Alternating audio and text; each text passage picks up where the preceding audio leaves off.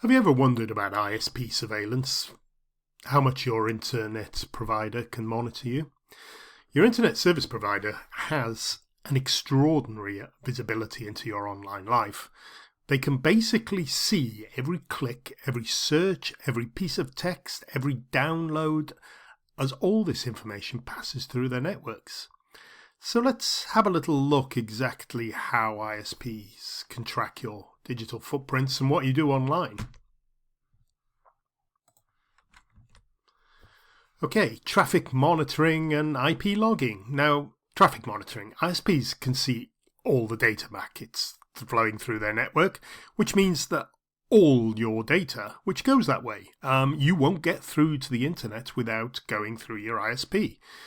So they can track websites, visitors, and services used. They've got an incredible comprehensive record of every single thing you do online, all your browsing behavior. They also can operate IP address logging. So every device, as you probably know, is connected to the internet, receives an IP address. Indeed, the IP address is usually assigned by your ISP. ISP can link this address, so this online footprint, to your physical account. This creates a direct connection between your identity and everything you do online. So basically, if something happens online that involves your IP address, it can be tracked back to your very door. DNS requests and connection logs. Now, DNS stands for Domain Name System, and it's basically when you type a website URL, your device sends a DNS request. So what it's doing, it's looking for their internet protocol address. So you might know www.google.com, and its internet address will be something like 191.20.27. whatever. DNS turns that request into an actual address. ISPs see these requests before you even visit the site. So they're another log of what you do. All of this goes into connection logs because an internet service provider will maintain detailed records of when you connect, how long, and what services you access. What they do with that information is up to them, but it's also available for authorities to access with the appropriate permissions, depending on where you live. Sometimes it's very little is required. Pattern recognition. Your browsing patterns reveal quite insights about your habits, interests, and daily routine. If you think about what you do online, you can see how this could be used to build quite a comprehensive pattern of most of us, really. Okay, another technology that is of interest and is definitely operated by almost all the ISPs through software and hardware is packet inspection technology. So we can break this down into three categories here. You have basic packet inspection. This really looks at the header information for the requests you've made. So if you request try and go to a website, it will just take the header information from the web pages you see. So there's very basic information there about what browser you're using and what operating system the server is using, things like that. Then we move down to statistical inspection. Packet inspection technology is often used to analyze traffic patterns and volume to basically operate the ISP as a whole, to see where the traffic goes, what time, and where it flows, and what sort of volume at different times. It's really mainly used to increase the efficiency of the network hardware and their network infrastructure. The most worrying one probably is DPI, Deep Packet Inspection. This actually examines the actual data that you're sending. So you can have things like usernames, passwords, very stuff you type into web forms, very detailed information that comes from even things like the contents of your emails or stuff you type in. Basically everything that is not encrypted they can see. So DPI technology allows ISPs to see exactly what information you're sending and receiving. So everything. Just if it's not encrypted, they can see everything. Advertising and analytics is worth mentioning too. ISPs do something called data aggregation. They collect vast amounts of this browsing data. Yeah, you imagine the amount of data that you're generating if you even browse just like an hour or so online, and lots of us browse an awful lot more than that.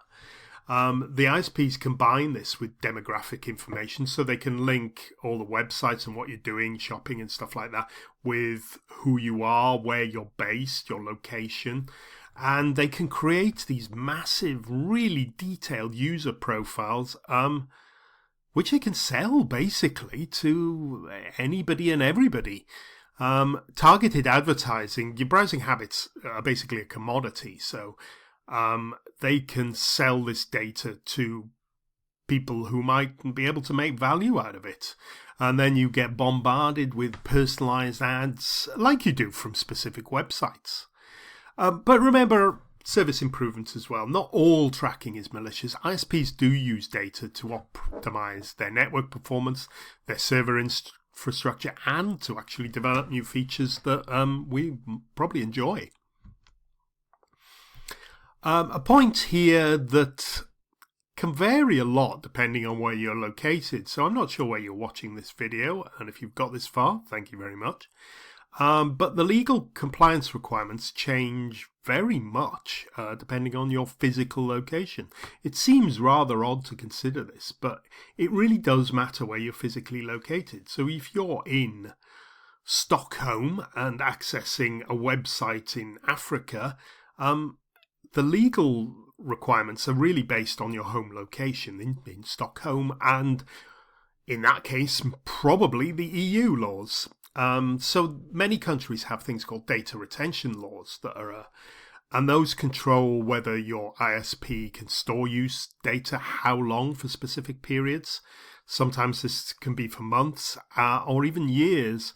Remember, most governments and state organizations would like to have this data as long as possible because it means they can access it. So if they want to do a searching for an online terrorist, or a terrorist online rather, they can access these logs. If they can go back years, it makes their life a lot easier, and there's just more information. Law enforcement's access is important to consider here. ISPs nearly always have to provide user data when presented with valid legal requests. There are stricter rules in some locations. There are virtually no rules in some places. So you can probably guess whereabouts you are on this sort of legal spectrum, depending on where you live. Again, privacy policies, ISPs are usually must disclose how they collect data and how they use it. If you search down in the terms and conditions of your ISP connection, you'll find somewhere these policies. And usually they permit extensive monitoring of all their customer activities. Okay, you've probably thought of VPNs and proxies. VPNs do provide a huge layer of protection against all this logging. They hide pretty much everything because they encrypt your internet connection, specifically at the part where the ISP has full control over. So a VPN encryption encrypts your connection and hides all your browsing activity from ISP surveillance. What can the ISP do? They can't see an awful lot. They can see the encrypted data, so they can look at things like volume, but they will only see as a destination a VPN server. It is worth mentioning that ISPs can actually identify VPN usage through traffic patterns and server IP address, so it's safe to assume that your ISP knows you're using a VPN. So remember, while VPNs hide specific activities, ISPs can usually still detect that you're using these privacy tools, and in some instances that can make you an object of suspicion, especially if outside agencies are looking and seeing that all your data is encrypted. How do you protect your privacy? Well, use HTTPS sites wherever you can. Just look for the padlock in the address URL. HTTPS encrypts the data between your device and websites, again, which will stop the ISP for having as much visibility. They'll know that the website you're visiting if you're not using a VPN, but they won't be able to see the actual data that you communicate between you and the HTTPS website. An obvious one, and one everybody really should consider nowadays, is employ a trusted VPN. Choose a VPN service that doesn't keep logs. Most of them will tell you, have a look on their privacy if they keep logs, because remember, if logs are kept, other outside agencies can access them. A no-logs VPN service encrypts all your internet traffic. Remember too, if your VPN has something called obfuscation mode, that helps hide the fact that you're using a VPN.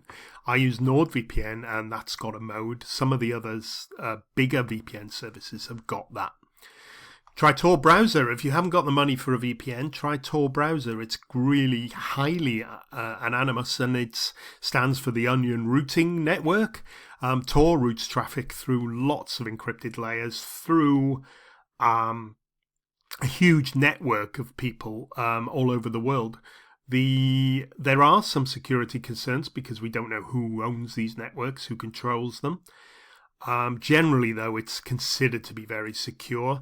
The big problem with Tor, I think, is a practical one, that it's very, very slow. So your browsing does get very slow, whereas with a VPN, you won't see any speed noticeable. Remember, check privacy policies of both your ISP, and if you use a VPN, check what data your ISP collects and how long they keep it. They're usually required to stipulate this. And that's basically it. That's a little bit about protecting your privacy and how your ISP is potentially monitoring every move you make online. Okay, right. Thanks for watching now, and have a great day, everybody. Bye-bye.